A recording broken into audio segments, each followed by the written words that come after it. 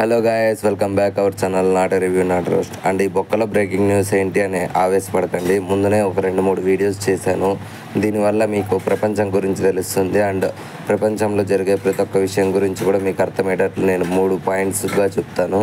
ఈరోజు వార్తలు చదువుతున్న వ్యక్తి సంగ్ జిన్వో అలియాస్ షాడో మోనార్క్ అనమాట. అండ్ అంతేకాకుండా నేటి ముఖ్యాంశాల గురించి చెప్పాలంటే, ప్రేమగా కాటేరమ్మ కొడుకులు అనుకుంటే కాంతమ్మ కొడుకులు లెక్క ఆడుతున్న SRH టీం బాధలో ఉన్న ఫ్యాన్స్ అనమాట. ఏం పర్లేదు, కాటేరమ్మ కొడుకులు లేకపోతేనే మెగాస్టార్ కొడుకుగా నేను వచ్చానని చెప్పి రామ్ చరణ్ గారు అవుట్ ఆఫ్ బౌండరీతో 6 కొట్టేసి తన యొక్క క్రికెట్ నాలెడ్జ్ని అందరికీ నిరూపించారు పెద్ద టీజర్ ద్వారా.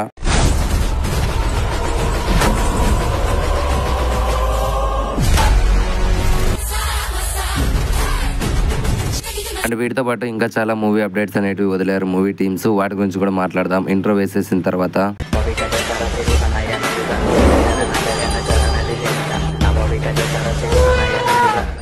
ముందుగా మన ప్రియమైన కాటేరమ్మ కొడుకుల గురించి మాట్లాడాలంటే, ఎవరు కాటేశారో తెలియదు కానీ కాటేరమ్మలో ఉండే కసంతా వెళ్ళిపోయి కాంతమ్మ కొడుకుల్లాగా బిహేవ్ చేస్తున్నారు.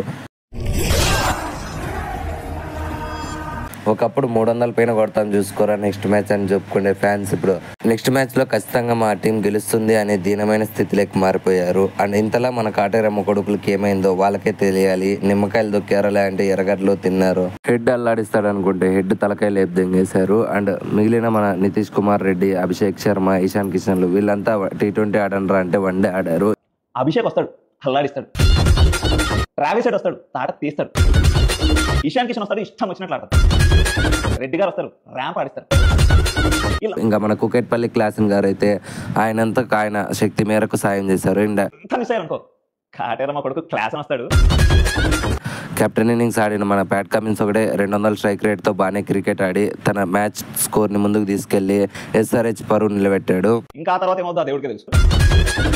మ్యాచ్లో విధ్వంసం సృష్టిద్దాం అనుకున్నారు కాటేరమ్మ కొడుకులు. బట్ మన DSP సిరాజ్ గారు ఛార్జ్ తీసుకోవడంతో కాటేరమ్మ కొడుకులు కాస్త కాంతమ్మ కొడుకులుగా మారి వికెట్లు ఇచ్చేసి వెళ్ళిపోయారు. అండ్ DSP సిరాజ్ తన మాసం చూపించాడు జనాలందరికీ.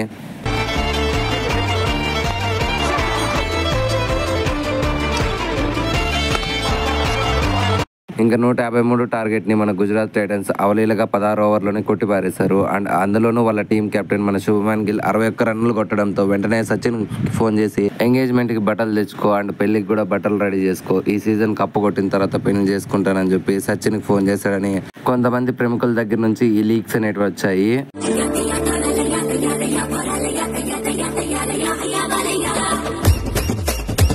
ఇంకా మన బొక్కల బ్రేకింగ్ న్యూస్ లో పార్ట్ 2 విషయానికి వస్తే, పెద్ద ఫస్ట్ షాట్ మైక్రో డీటెయిల్స్ అనమాట. లిటరలీ ప్రతి ఒక్కరు ఆ గ్లిమ్స్ చూసి మెంటల్ ఎక్కిపోయారు రామ్ చరణ్ గారు ఊర మాస్ లుక్ చూసి.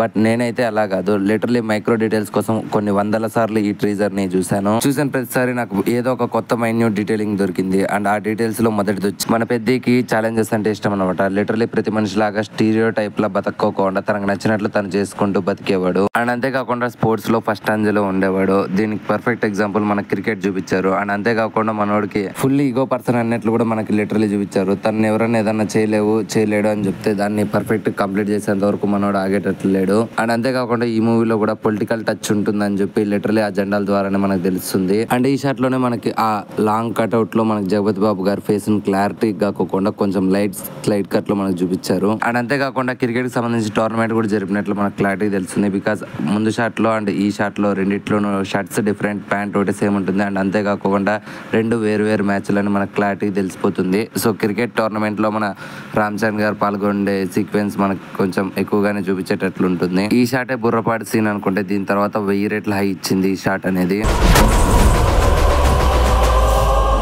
షోర్ షాట్ మూవీ అనేది బ్లాక్ బస్టర్ అయిపోతుంది. రామ్ చరణ్ ఫ్యాన్స్ రెడీగా ఉండండి. అండ్ నాకు నచ్చిన మెయిన్ డీటెయిల్ అంటే గ్లోబల్ స్టార్ అనే ట్యాగ్ అనేది రామ్ చరణ్ గారికి సెట్ అవ్వదు. సో ఫ్యూచర్లో అది తీసేస్తే నా వరకు బెస్ట్ అనే చెప్తాను నేనైతేనే. అండ్ వెయిటింగ్ ఫర్ ది పెద్ద movie next year March. Due to కొన్ని అనుకోని కారణాల వల్ల మూవీ అప్డేట్స్ వీడియో అనేది ఇందులో పేస్ట్ చేయలేకపోయాను. సో డెఫినెట్లీ నెక్స్ట్ వీడియో నుంచి అది కూడా కవర్ చేస్తాము. అండ్ ఈ వీడియో మీకు నచ్చినట్లయితే లైక్ చేయండి, షేర్ చేయండి, సబ్స్క్రైబ్ చేయండి. అండ్ ఈ BBN ప్లేలిస్ట్ ని కంటిన్యూ చేయాలో వద్దో తప్పకుండా కామెంట్ సెక్షన్ లో చెప్పండి.